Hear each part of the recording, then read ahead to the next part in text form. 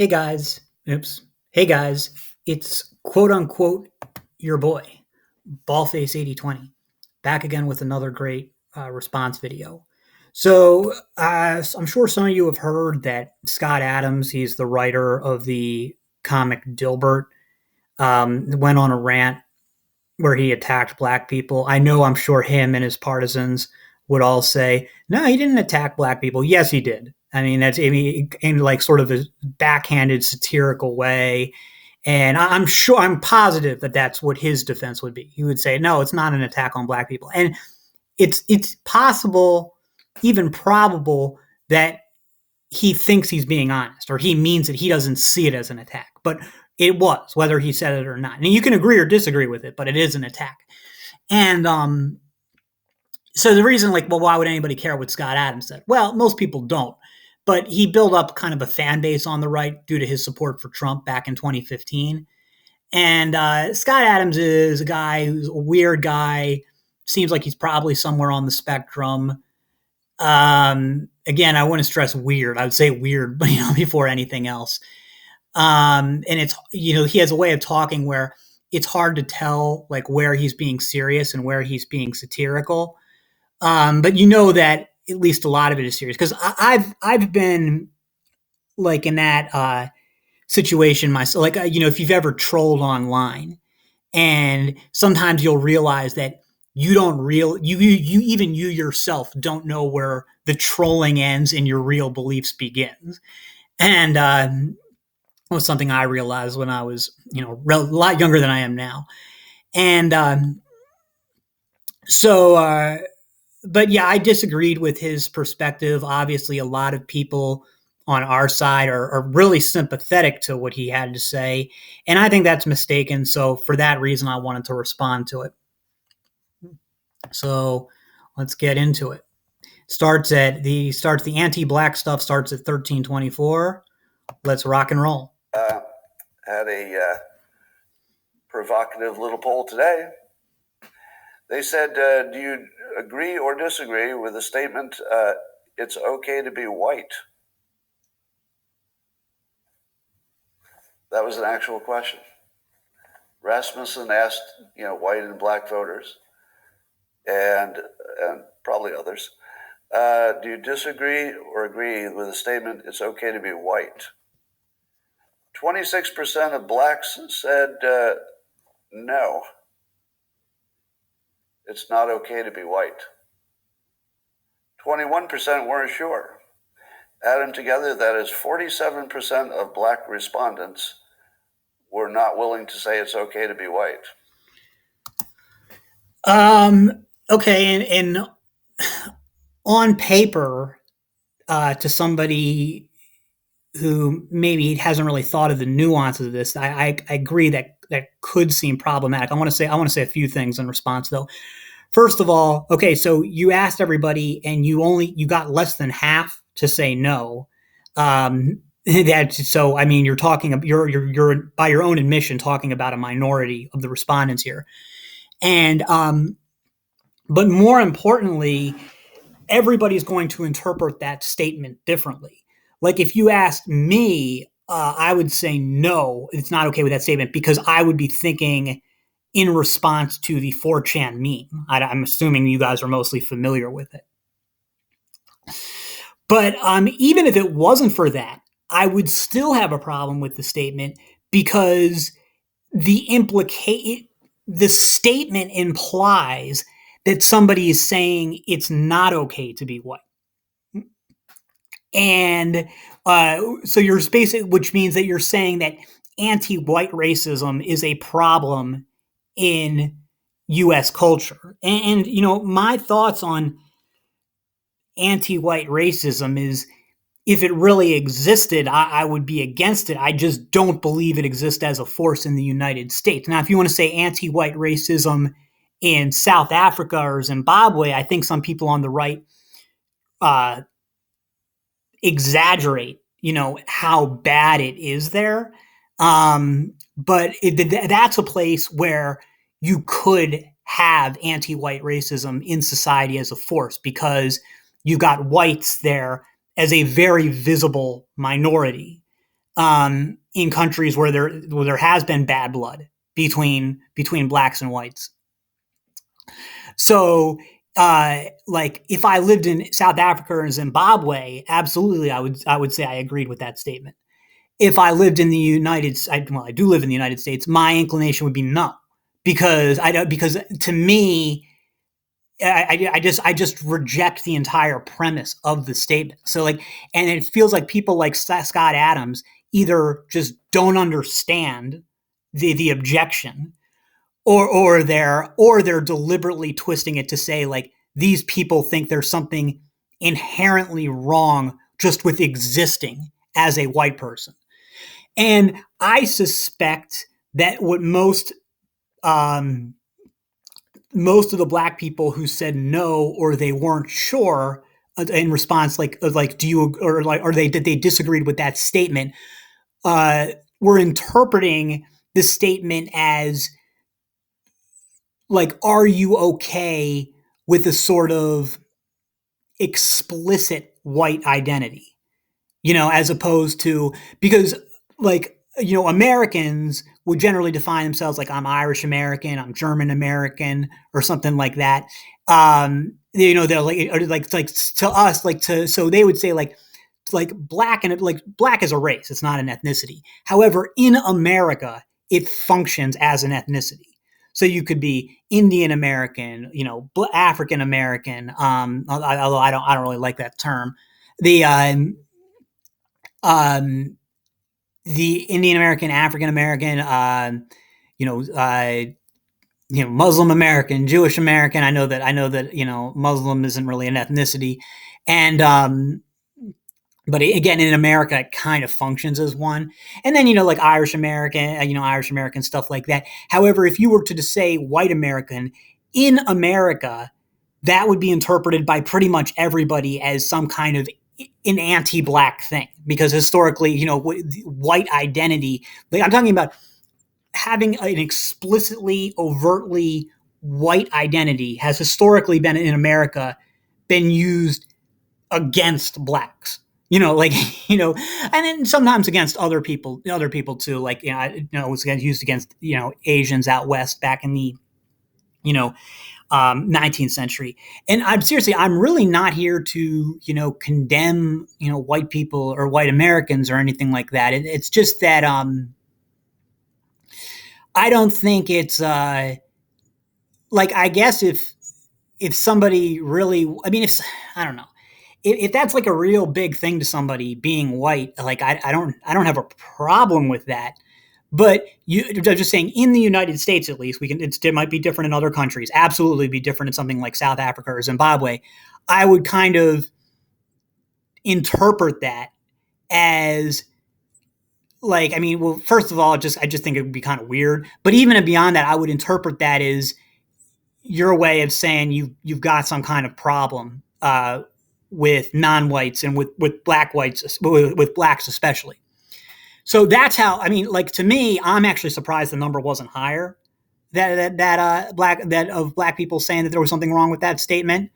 I absolutely, so I'm going to assume here, from everything I've seen of Scott Adams, that he genuinely doesn't get it. I don't think he's trying to use the survey's results to make it look like black people are anti-white racist. I think that's genuinely how he interprets the results of this poll. So in that sense, I'll defend him. But I do kind of have to wonder if, like, a lot of people maybe do get it and are just using it to, like, just kind of whip up online anti-black sentiment. Like, if you really think that most of the black people who are saying no to that statement, no, it's not okay to be white, mean it as in just you existing as a white person is not okay. That's just, you're just wrong. That's just not what those people mean.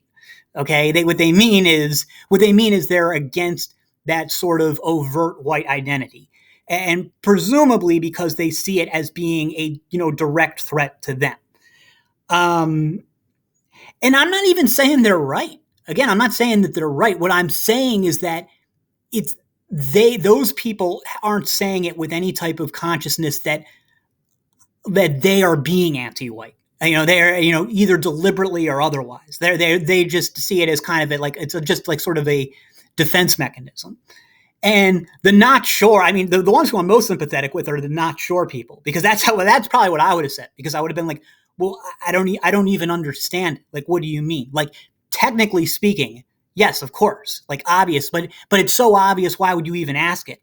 So I'm kind of assuming you mean that the statement implies something beyond that. That's what people are objecting to, not what the statement literally says, but the perceived implication of the statement.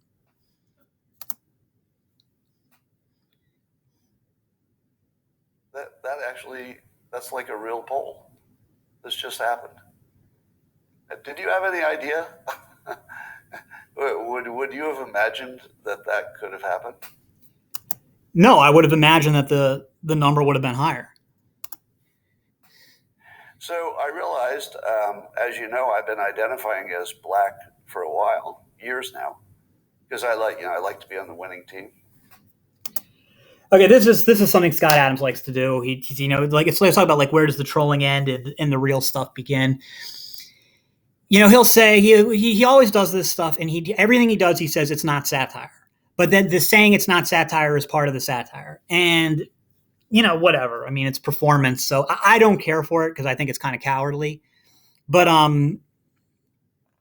by the way, if you're wondering who the girl is on the bottom left, that's Julia Eoff. She's this like fanatically anti-Russian.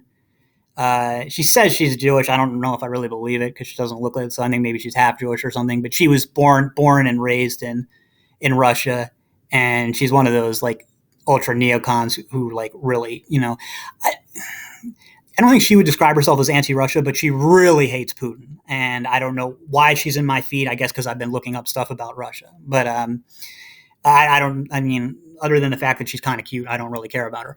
I definitely don't like her for her anti-Trump stuff.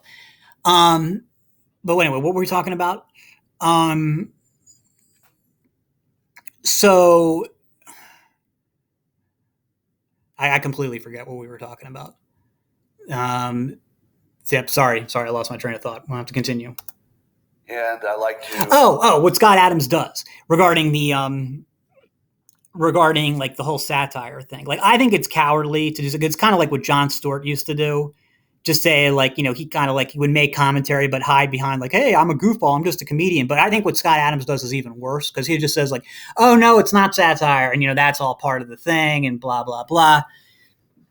But I think what's more problematic than that is the statement what he said about blacks being the winning team. And this is the core of a lot of, I believe the word is pronounced resentment, not to be confused with resentment. Resentment, white racial resentment towards blacks. And I know this is common, and I don't know about the winning team. I mean, sure, like when I was a really young man, not even a man, in the 90s, I could have understood that. Yeah, I kind of saw it that way too, as blacks as the winning team. But eventually, Scott's not a teenager. Okay, Scott's not a teenager, and this isn't the 1990s. But there are people who do kind of feel that way. And it certainly didn't start with Scott Adams or with me in the 90s. I mean, it goes back to at least Enoch Powell, who back in Britain in the, 60s or whatever, who talked about, eventually it being some kind of dystopia where blacks ruled over whites.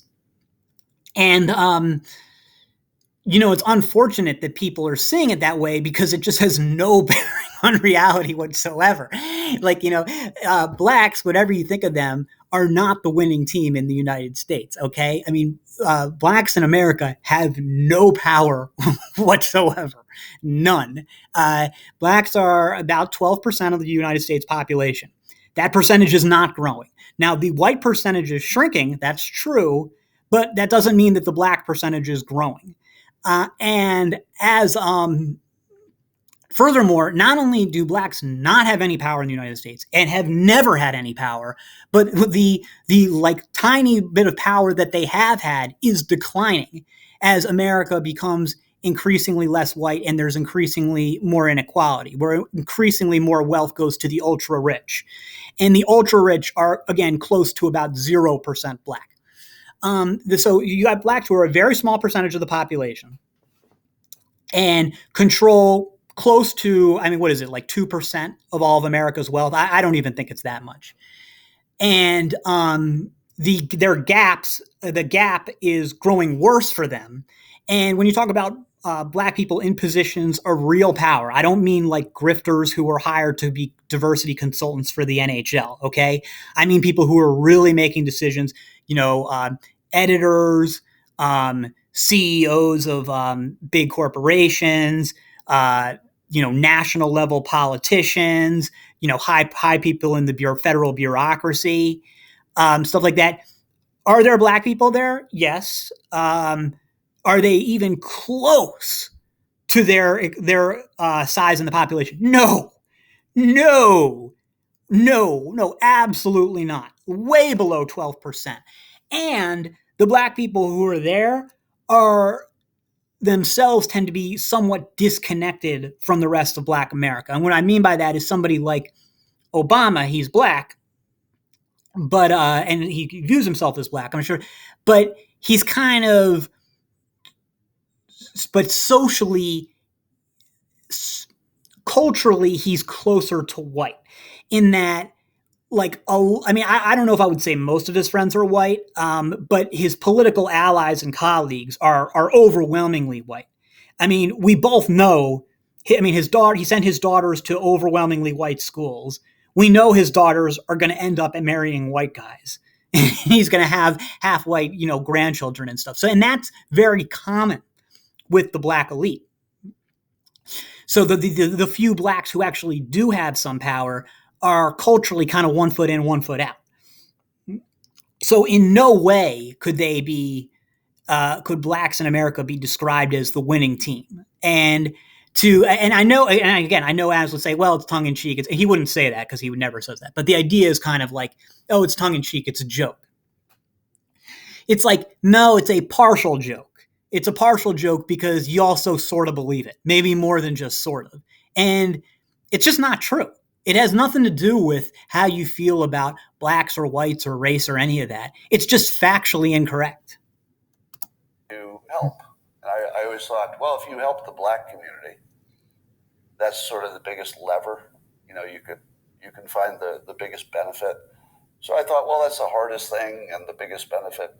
So I'd like to focus a lot of my life resources in helping black Americans. So much.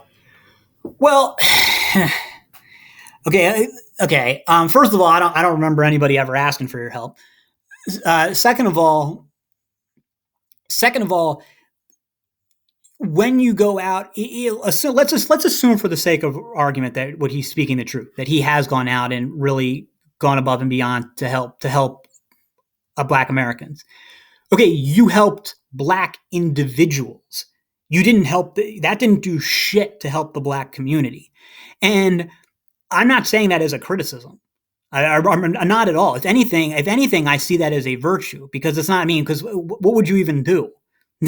I mean, like, seriously, like, what would you even do to help the black community? Another thing is, and I think a lot of people who aren't black don't get this, is that, like,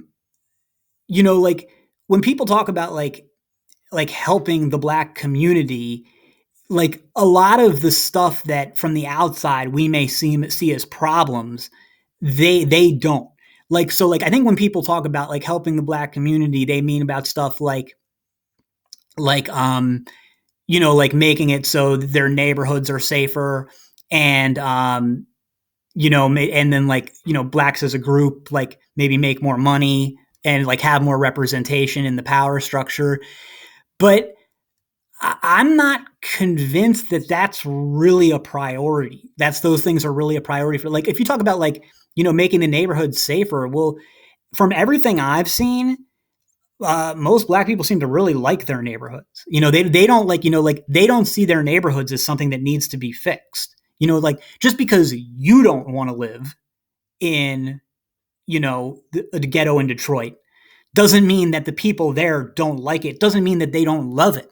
I mean, I know like back, so when I was a big boxing fan, like these guys would make, they would come from the ghetto, they would make millions of dollars, and then they would fucking stay in the ghetto. And you'd hear about them like sometimes like being like caught up in a drive-by or stuff. It's like, well, why don't they go somewhere else? Why don't they leave to a better place? It's like, because it's home, because that's their home, and they like it. And I mean, again, I'm not saying they like being in drive-bys, but they don't see it as something that needs to be fixed. To them, it's just home. So I don't think that anybody, before, you help people, you've got to ask, like, do they want my help and do they need it? And I think the answer is no as a community. Now, that's different than going out and saying, oh, well, I want to help individual Black people. Okay, sure, go ahead and do that. I'm all for Scott doing that if that's really what he's done. I mean, good for him. But don't think that just because you helped a Black person that you somehow helped Black people as a group. You haven't. It doesn't work like that. Just like somebody going out and helping a white person, how would that help me at all?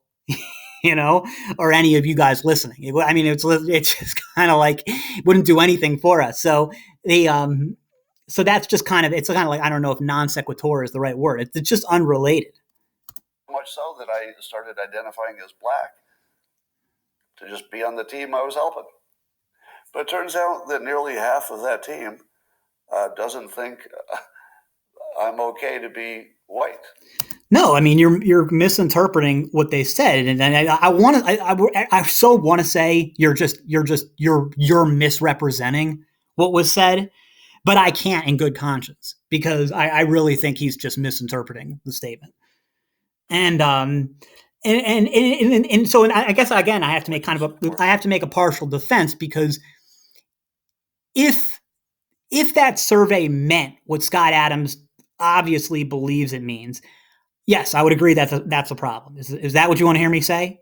I would agree with that. I just don't believe it. Of course, why I identified as Black, because so I could be on the winning team for a while. But I have to say, this is the first political poll that ever changed my activities. I don't know that that's ever happened before. Normally you see a poll, you just look at it, and you go, whatever. Oh, this is interesting. Well, yeah, I'm very. I don't like issue polls because, like, asking people what they think, and there's multiple reasons for this. I mean, to start at the top is think about any conversation you've had with just the typical person. They're a fucking moron. They're stupid and they're ignorant. They don't know anything. So who fuck cares what a bunch of morons think? That's like do you think like? And the other thing is that I've realized that people don't even really have independent thoughts at all. They kind of just go with what they're told to believe by not necessarily the elites, because the elites are divided, but being certain things. Like if you ask, like you go out and do a poll and you say something like, should America basically have unlimited immigration, or something like that? Or should we increase immigration to 5 billion a year, something like that? Most people are going to say yes, because they're fucking morons. And that's just like that's just what the culture says to say. It's like, yeah, immigrants are good. Do most Americans really think that immigrants strengthen America? No, because most Americans don't think, period. They have no thoughts. So they what they think is, oh yeah, diversity's good, immigration's good. That's what the culture says. So we go. So it's not like, they're explicitly told what to think, but it's that they're implicitly told and then they just regurgitate it. If you really want to know what people think, you look at their revealed preference and what things they do. That's the word from economics, if you're not familiar with it. It just shows basically, don't worry about people, what they say, what they do. Because if you were just going to go by issue polls, just go by issues, then the Democrats would win every election with 85% of the vote. So you can just toss all those opinion polls in the trash. It doesn't matter. They just ignore them. And people are, very influenced by the surrounding culture and stuff. And culture is largely a function of what the elites say. So so there you have it. And the elites themselves are divided, but which is why we're so divided in this country. So I would just disregard those types of polls. I think they're a complete waste of time. What other people think. But But as of today, I'm going to re-identify as white because I don't want to be a member of a hate group. I'd accidentally joined a hate group. So if I mean, again, that's just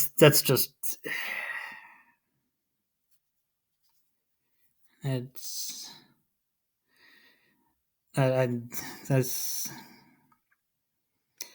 that's this is really bad. This stuff that he's saying here, that's really bad, and I can't be too hard on him because I know he's genuinely mistaken, but that's not cool. That's not cool. Nearly half of all blacks are not okay with white people, according to this poll. Not according to me, according to this poll. Okay, well, look, regardless of what the poll said, what do you think the approval ratio for that senile pedophile Joe Biden is amongst if you took a poll of the blacks who said that they disagreed or weren't sure with the statement, is it okay to be white? What do you think their approval rating for Joe Biden is, who is like the whitest guy you'll ever see? I mean, my guess is probably around 99%. So, it's just so fucking dumb. This stuff is so stupid. That's a hate group. That's a hate group. Okay. And I don't want to have anything to do with them. Okay. And I would say, based on the current way things are going, the best advice I would give to white people is to get the hell away from black people. Jesus Christ. Okay, so well, first of all, I mean, it's kind of like where to start. First of all, most white people don't really have anything to do with black people. Okay, like how many I'm guessing most of the people listening to this video are white. Like, how many black people do you even know? Like, I mean, probably not too many. Like, I'm talking about that you see regularly. You probably don't. And how many white people live in black neighborhoods? Like, almost none. Very few. So, I mean, people already aren't living in white people already aren't living in black neighborhoods for the most part. And then if you're saying, well, so like what else? So what other way do you mean it? Like, not work in places where a lot of the people are black? Because I've worked in a few places where the workforce was majority black, and a couple where I was the only white guy. Literally everybody besides me was black. And, I don't know what other people's experiences are. So I don't want to tell people that, like, just because I didn't have a problem, it doesn't mean anything. But nobody ever said anything to me about it. The only thing I would say is, when I was at the places where everybody was black except me, nobody ever said anything to me about it. But it was like being like completely invisible. Like, it was like I did not exist. Like nobody, nobody talked to me. Now, I'm an introvert, so it didn't matter. And I'm assuming that if I had tried to talk to people, they would have talked to me. It's just that they didn't. And also, some of that's not true. Some of the older guys talked to me, but the younger guys, the guys who were around my age, it was like I didn't even exist. And but it's a two-way street. I never tried to talk to any of them, just because I never tried to talk to any of the people who I work with. And even then, even the younger guys, I would talk. They would talk to me when it was like just me and them. So. But again, that's a small sample size. I don't want to say it's like for all things. I would say that I'm definitely never going to tell somebody not to be careful about their surroundings. But Scott seems to be saying here that if you're white, that a large amount of black people hate you because you're white, and that it's dangerous for you as a white person to be around them. And that, I mean, again, that just hasn't been my experience at all. I mean, so, and again, I'm just one person. So I mean, I can't project it onto all people, but I think that my experience is way closer to reality than this sort of, scenario that Scott seems to have dreamed up in his head. Just get the fuck away. wherever you have to go, just get away. Because there's no fixing this. This can't be fixed. All right, this can't be fixed. You just have to escape. Okay, so we're getting, back to the thing of like, well, what is it that can't be fixed?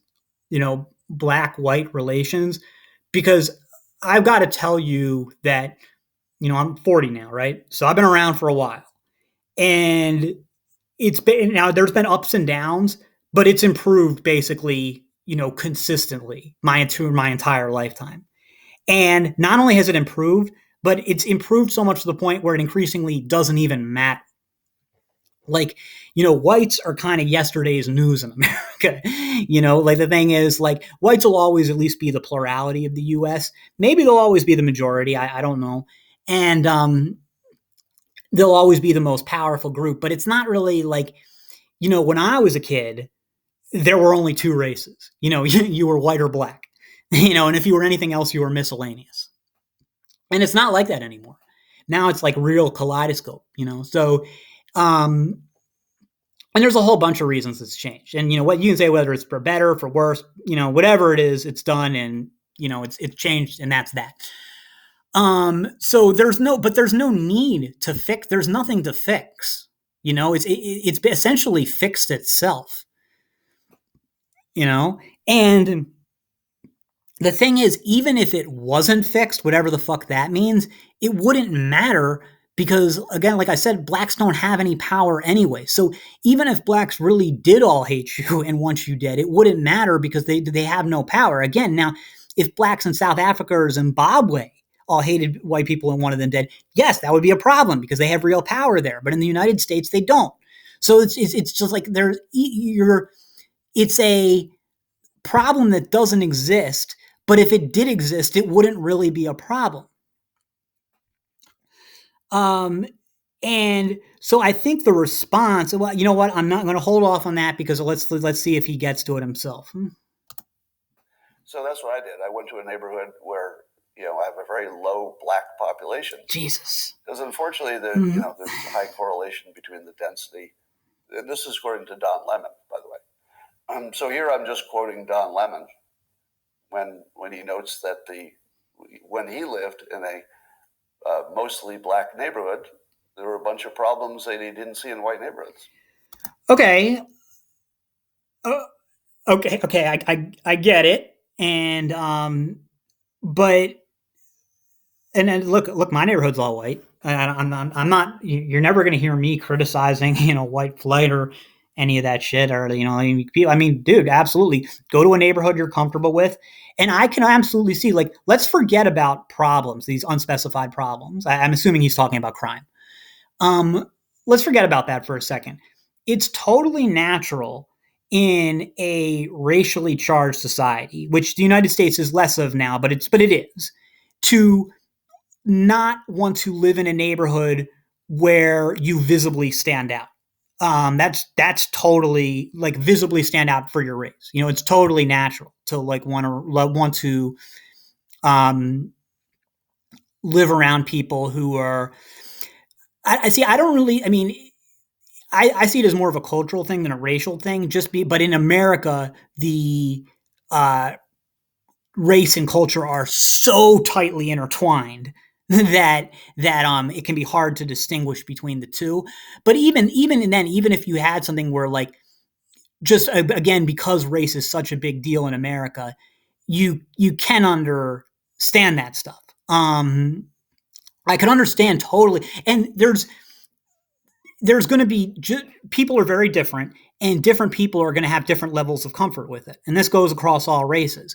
So you could have somebody, again, of any race who's totally, maybe even prefers living in a very racially diverse area. They might, and that's fine. And you have other people who are just because of their personality don't like that, don't find that as pleasant. Like, it's all other things being equal, like crime, property values, whatever, all other things being equal, there's absolutely nothing wrong with that. But the thing is, Scott himself said he was living in an area implied that with a large black population, but now he's left because there are he's basically what he seems to be saying is that there are negative things that come with living around large black populations. That seems to be what he's saying. But if he first of all, if you moved like that was I don't think you just read this poll today and moved. So you had already moved. Okay, it has nothing to do with this poll. In which case, why are you fucking bringing this up? Like why are you bringing this up other than to just bash blacks? And but I don't I like as for what Don Lemon said, um, well, sometimes it's just about manners, okay? Like, 'cause, people like, like a lot of people are saying, well, look, I'm just sharing my observations. I'm like, why am I being canceled or shut down here or stuff like that? And sometimes it's just about manners. Like, like, is it really Don Lemon gets more leeway to say that stuff because he's black himself. And you can say, well, what difference does that make? Well, it makes a difference. All right. I mean, maybe it shouldn't, but it does. And, that's, and you can do a thought experiment about this. Think of your own race or ethnicity or whatever, and imagine and just try to think like about what criticism, like even like a fair, like low level critique of your race, culture, ethnicity, whatever. Would you feel less defensive if that critique came from somebody of your own race or somebody of a different race? And I think most people, if they're being honest, would say they would be less defensive of it if it came from somebody in their own race.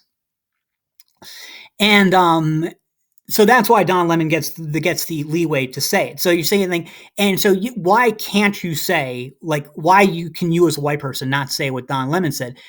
Well, because it's just not very nice. And it's like I mean, you can say whatever you want. I'm not advocating this being shut down, but why would you say something that loaded?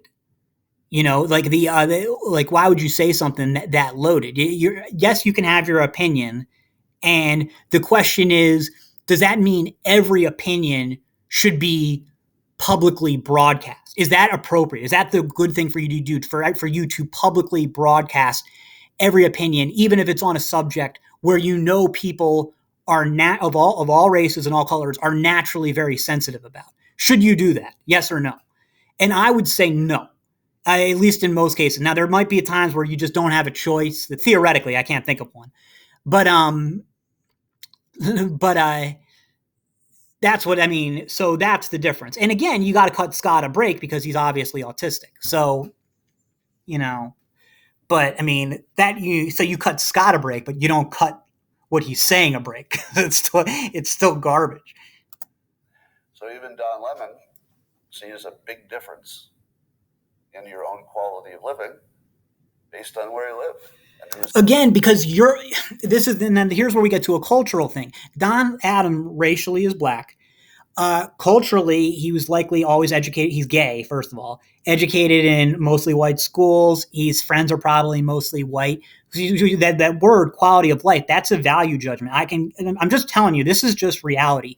Different cultures value different things in terms of quality of life. Okay, just like different people do, different cultures do. And there's a lot of things that you are interpreting as lower quality of life in a black neighborhood. The people living there don't see it that way. Not everybody sees it the same way you do, and that's fine. There's nothing wrong with that. So Don Lemon obviously is more comfortable with, in terms of quality of life, it sounds like Don Lemon maybe values what he values as quality of life things, or maybe more closer to an upper middle class or even upper class white norm. That seems to be what he values.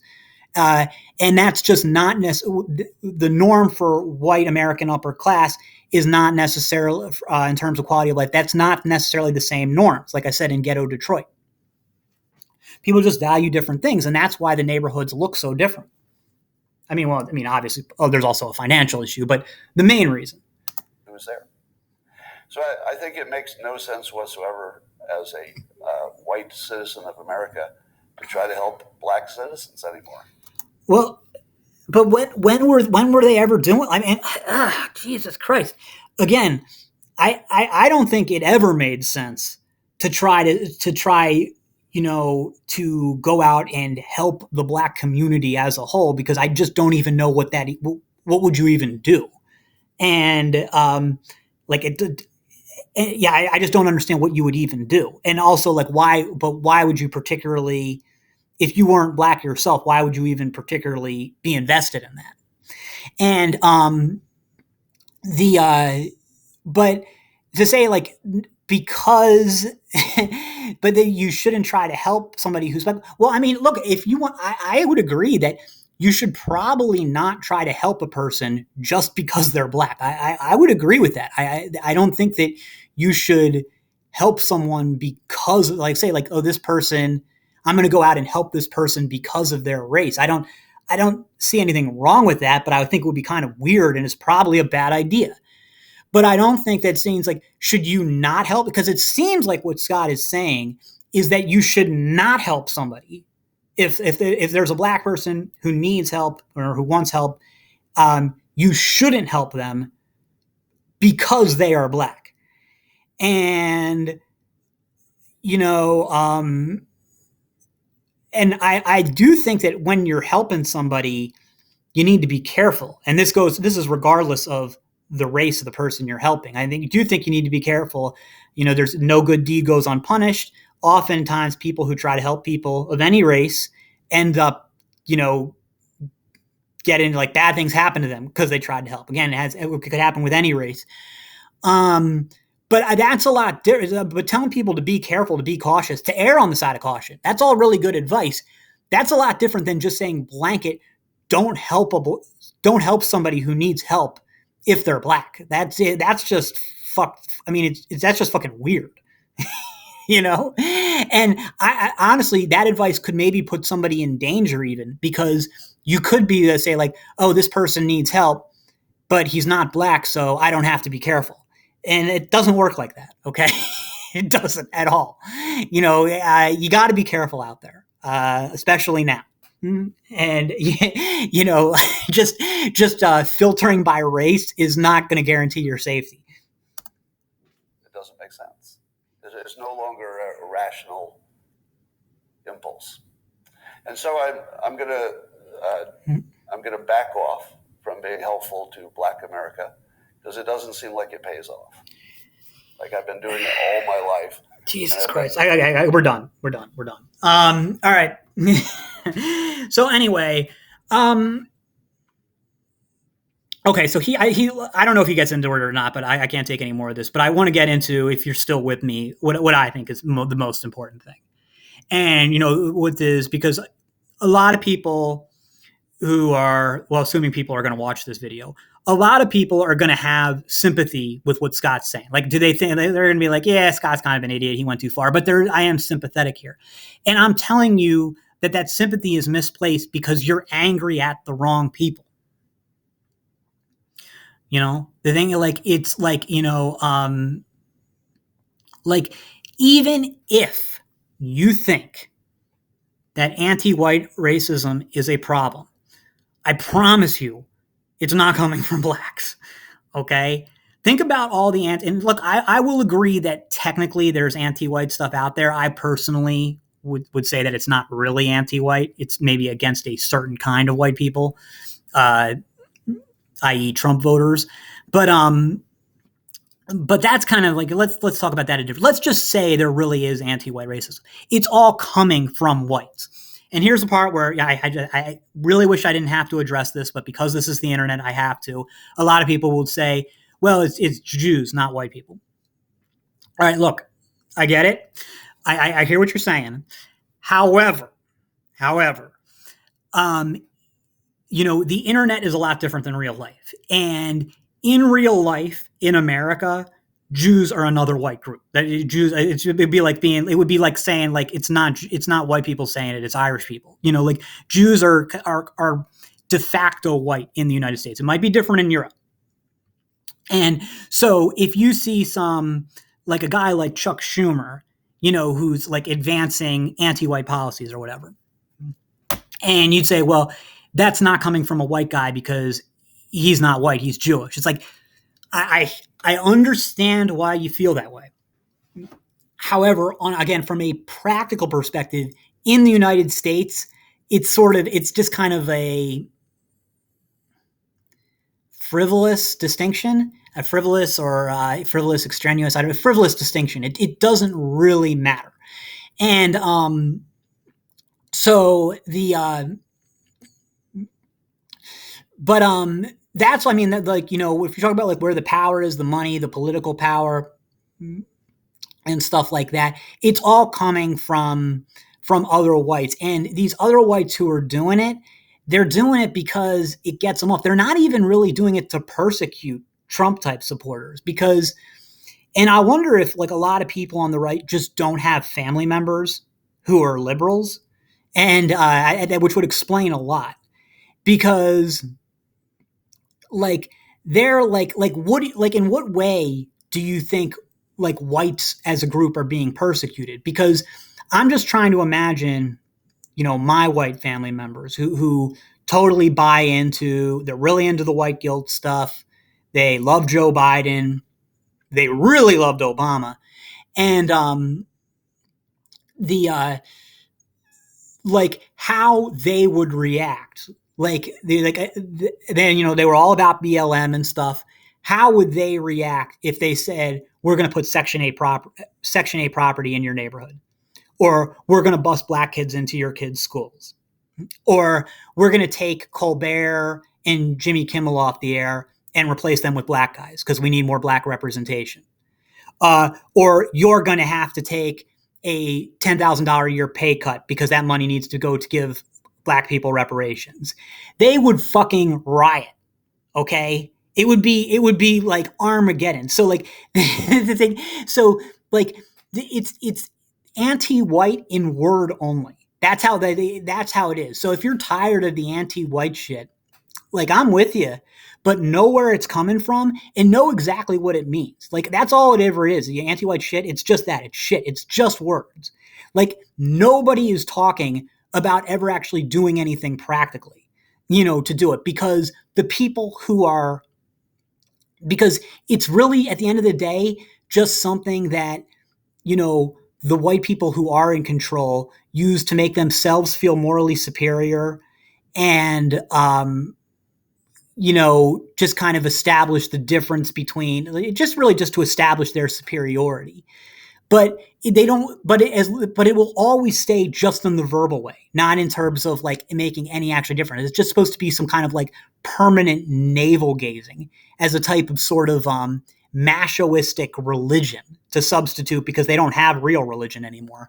So they do global warming and this anti and white guilt as a replacement for it. But just like with global warming, again, dude, all the global warming people, again, go to any global warming. If you have any white liberals in your family, they're all about global warming. All the ones in mine are. They're all about it. Or I'm going to call it, sorry, they call it climate change. We got to stop climate change and stuff. Now tell them that, okay, they have to give up their cars, or they have to give up their air conditioning and stuff. They would fucking riot. They would riot.